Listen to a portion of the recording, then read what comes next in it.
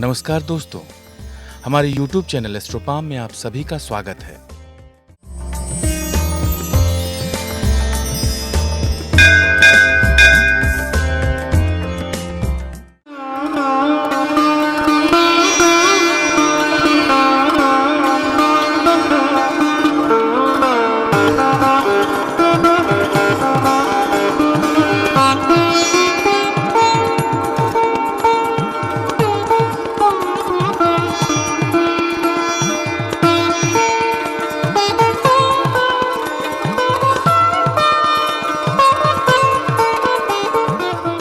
रावण के गांव बिसरख में अष्टभुजी शिवलिंग के दर्शन से होती है हर मनोकामना पूर्ण। राष्ट्रीय राजधानी क्षेत्र में ग्रेटर नोएडा से 10 किलोमीटर दूर है रावण का पैतृक गांव बिसरख। इस गांव का जिक्र शिव पुराण में किया गया है। रावण के पिता विश्रवा मुनि के नाम पर ही गांव का नाम बिसरख पड़ा। रावण के पिता विश्रवा मुनि ने भगवान शिव को प्रसन्न करने के लिए बिसरख गांव में अष्टभुजाधारी शिवलिंग की स्थापना कर मंदिर का निर्माण किया था। पूर्व में यह क्षेत्र यमुना नदी के किनारे घने जंगल से ढका था। कहा जाता है कि इस मंदिर में आराधना के बाद रावण का जन्म हुआ था। न केवल रावण, न केवल उसके भाई कुंभकर्ण, कुबेर और विभीषण का भी जन्म यहीं पर हुआ था। सारा विश्व रावण को अहंकारी, दुराचारी मानता है, लेकिन उसी रावण को गांव के लोग यहाँ पूजते हैं। वेद पुराणों में ऋषि विश्रवा की तपोस्थली को शिवनगरी भी कहा जाता है। बिसरख गांव का यह अष्टभुजी शिवलिंग विश्व में कहीं दूसरा नहीं है। कहा जाता है कि प्रकांड विद्वान रावण ने बाल्यकाल से ही भगवान शिव की आराधना की थी। रावण ने शिव की घोर तपस्या की और आगे चलकर शिव रचनावली यानी तांडव स्तोत्र की रचना की। तांडव स्तोत्र से जुड़ी किंवदंती बड़ी ही प्रसिद्ध है। कहा जाता है कि एक बार जब रावण ने भगवान शिव के कैलाश पर्वत को उठाया तो उसके मन में अहंकार आ गया। भगवान शिव ने इस अहंकार का मर्दन करने के लिए अपने पैर के अंगूठे को जैसे ही रखा तो कैलाश पर्वत जहां था वहीं अवस्थित हो गया और बलशाली रावण का हाथ दब गया और वह शंकर शंकर कहने लगा और यहीं पर उसने शिव तांडव स्तोत्र की रचना की।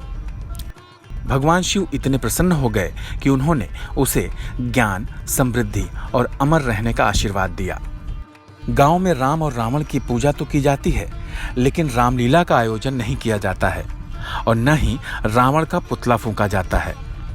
इस गांव में शिव मंदिर तो है, लेकिन भगवान राम का कोई मंदिर नहीं है। जब देश भर में जहां दशहरा असत्य पर सत्य की और बुराई पर अच्छाई की विजय के रूप में बड़े हर्षोल्लास के साथ मनाया जाता है, वहीं रावण के पैतृक गांव बिसरख में इस दिन उदासी का माहौल रहता है।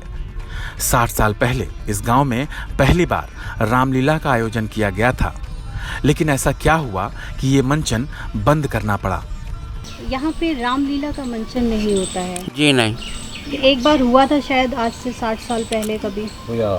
हाँ, हो सकता है, हमें ये तो स्थानीय लोग बता सकते हैं। हाँ, झगड़ा होगा, मौत होगी, एक गल जब भी भगाती है। यहाँ न रामलीला होती है न रावण दहन किया जाता है। ये परंपरा वर्षों से चली आ रही है। आपको जानकर आश्चर्य होगा कि यहाँ जो कुछ भी मांगा जाता है उसकी मुराद पूरी हो जाती है। इसलिए साल भर देश के कोने कोने से यहाँ आने वालों का तांता लगा रहता है। यहाँ साल में 2 बार मेला भी लगता है। भगवान राम के भव्य मंदिर के भूमि पूजन के लिए 8000 पवित्र स्थलों के साथ साथ बिसरख यानी रावण की इस जन्मस्थली में बने अष्टभुजी शिवलिंग मंदिर से मिट्टी से भरा पवित्र कलश और जल पूर्ण वैदिक मंत्रोच्चारण के साथ अयोध्या में भूमि पूजन के लिए भेजा गया है।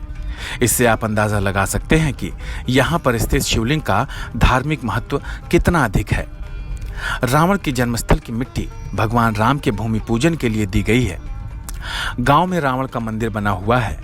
यहाँ के लोग भगवान राम की पूजा करते हैं और उनके आदर्शों को भी मानते हैं, लेकिन वो रावण को गलत नहीं मानते। वर्ष 1984 में चर्चित तांत्रिक चंद्रास्वामी ने शिवलिंग की खुदाई कराई थी। 20 फीट खुदाई के बाद भी शिवलिंग का छोर नहीं मिला था। इस दौरान एक गुफा मिली थी।